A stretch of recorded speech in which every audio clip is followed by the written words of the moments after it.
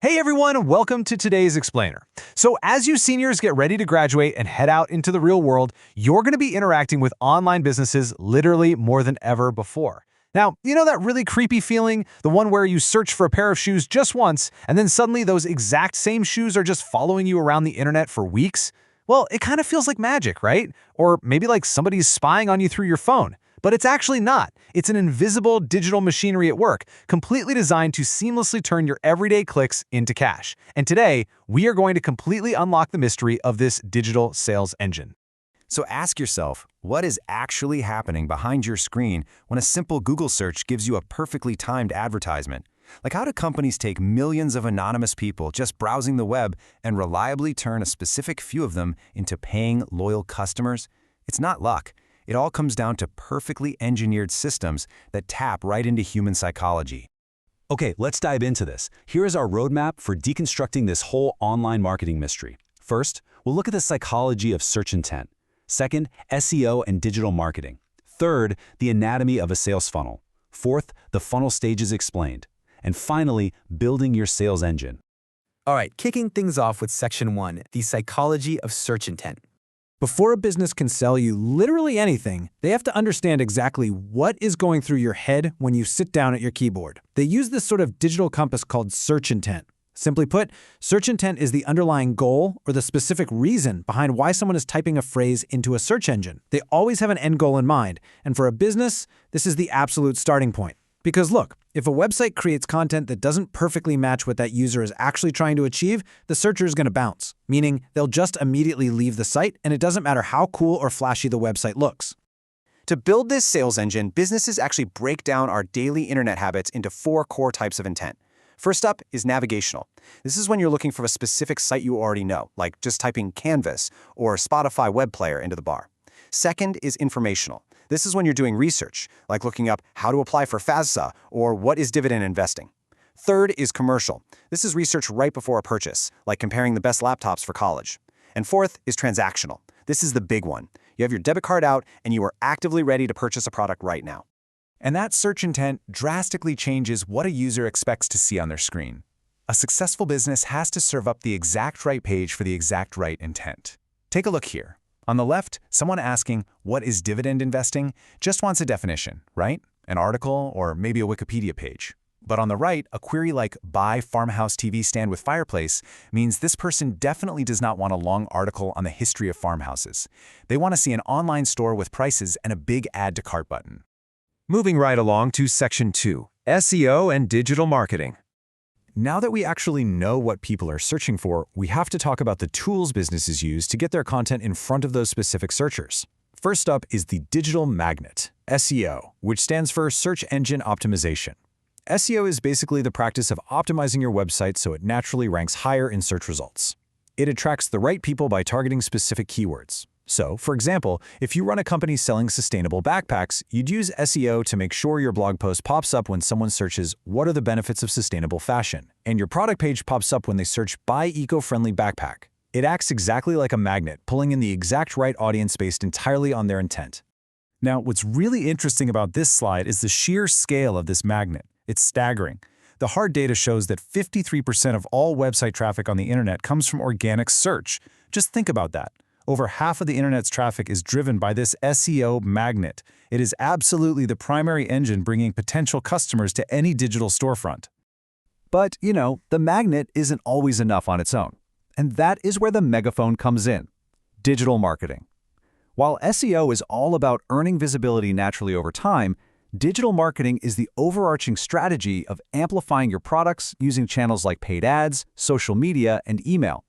It takes that visibility your SEO magnet earned and just blasts it out to a much broader, but still highly targeted audience. And businesses use very specific amplification channels to pull this off. They might run paid ads, sometimes called search engine marketing, on Google to capture people actively researching a keyword. They use social media, running targeted videos on TikTok or Instagram. And crucially, they use email and SMS text campaigns. Yeah, even those random text messages you get offering 20% off a clothing brand, that is the megaphone at work. Actually, when it's powered by data, email and SMS are often the absolute highest converting tools in a marketer's entire tool belt. Once they have your contact info, they can just repeatedly send you value until you finally buy. Which brings us to Section 3, Anatomy of a Sales Funnel. So we have the intent, we have the magnet, and we have the megaphone. But how do businesses organize all this chaotic digital effort into a smooth, profitable journey? Well, they use the sales funnel.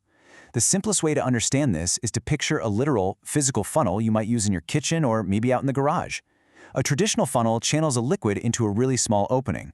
But if we add the word sales in front of it, we're substituting that liquid for actual internet users.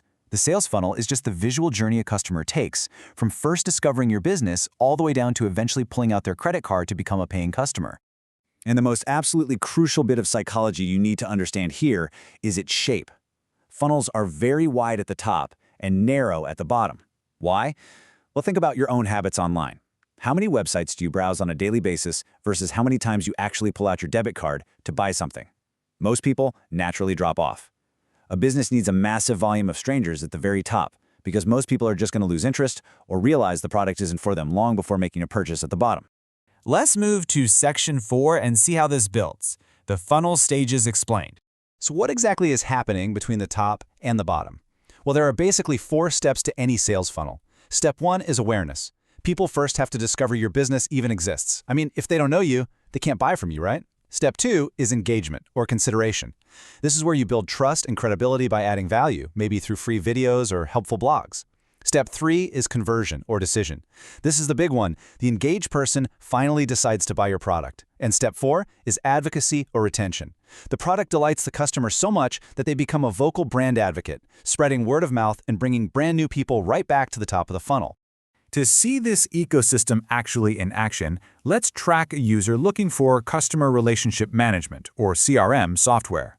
At the awareness stage, this user has informational intent. They search signs you need a workflow tool, and they find a blog post. Boom, now they're in the funnel. Next, in consideration, their intent becomes commercial. They want to compare options, so they read a Salesforce versus HubSpot guide. Finally, at the decision stage, their intent is strictly transactional. They read a case study showing how a specific company boosted revenue by 50% using the software, and success! They click Start Free Trial. The company perfectly used intent, SEO, and content to walk them right down the funnel. And finally, Section 5, building your sales engine. Now that all sounds great in theory, but what does this look like for a real person?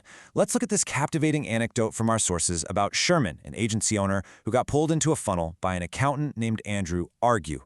First, Sherman clicked a Facebook ad for valuable accounting services. That brought him to a landing page with a single option: sign up for a free training video. That was the engagement. Then he applied for the program and got on a phone call. But when he heard the price was $5,000, he rejected the sale and walked away. Now, most businesses would just give up there, but not a good sales funnel. Because Sherman was already in the funnel, he received hundreds of automated, really valuable emails and retargeting ads over the next 2 whole years. And guess what? The persistence and automation finally paid off. 2 years later, Sherman bought 2 high-ticket educational programs. The machine worked. Now, Sherman's journey obviously took 2 years, but not all funnels are the same length. The price of the product radically alters the funnel's design. Just look at a $40 beauty product. It relies on instant gratification. You see a TikTok ad, you click to a blog post with beauty tips, and then you click straight to a product page and buy. It's a really short, fast funnel. But compare that to a $50,000 landscape truck. You aren't buying a literal heavy-duty truck off a single Facebook ad, no way. It requires a long funnel. It takes months or even years of automated follow-ups, emails, and phone calls to build the massive amount of trust required for that big of a purchase. Basically, the more expensive the product, the more value you have to create in your funnel to motivate the purchase. Which brings us to our final takeaway. As one of our sources perfectly summed it up, without a sales funnel in place, selling becomes very challenging and tends to be lucky at best. Successful online businesses absolutely do not rely on luck. They rely on these perfectly engineered digital systems. For mapping your search intent, catching you with SEO, blasting their message with digital marketing, and slowly nurturing you down a funnel. So the very next time you tap an ad on Instagram or Google a product, ask yourself, are you just browsing or are you walking right into someone's funnel? Thanks for learning with us today.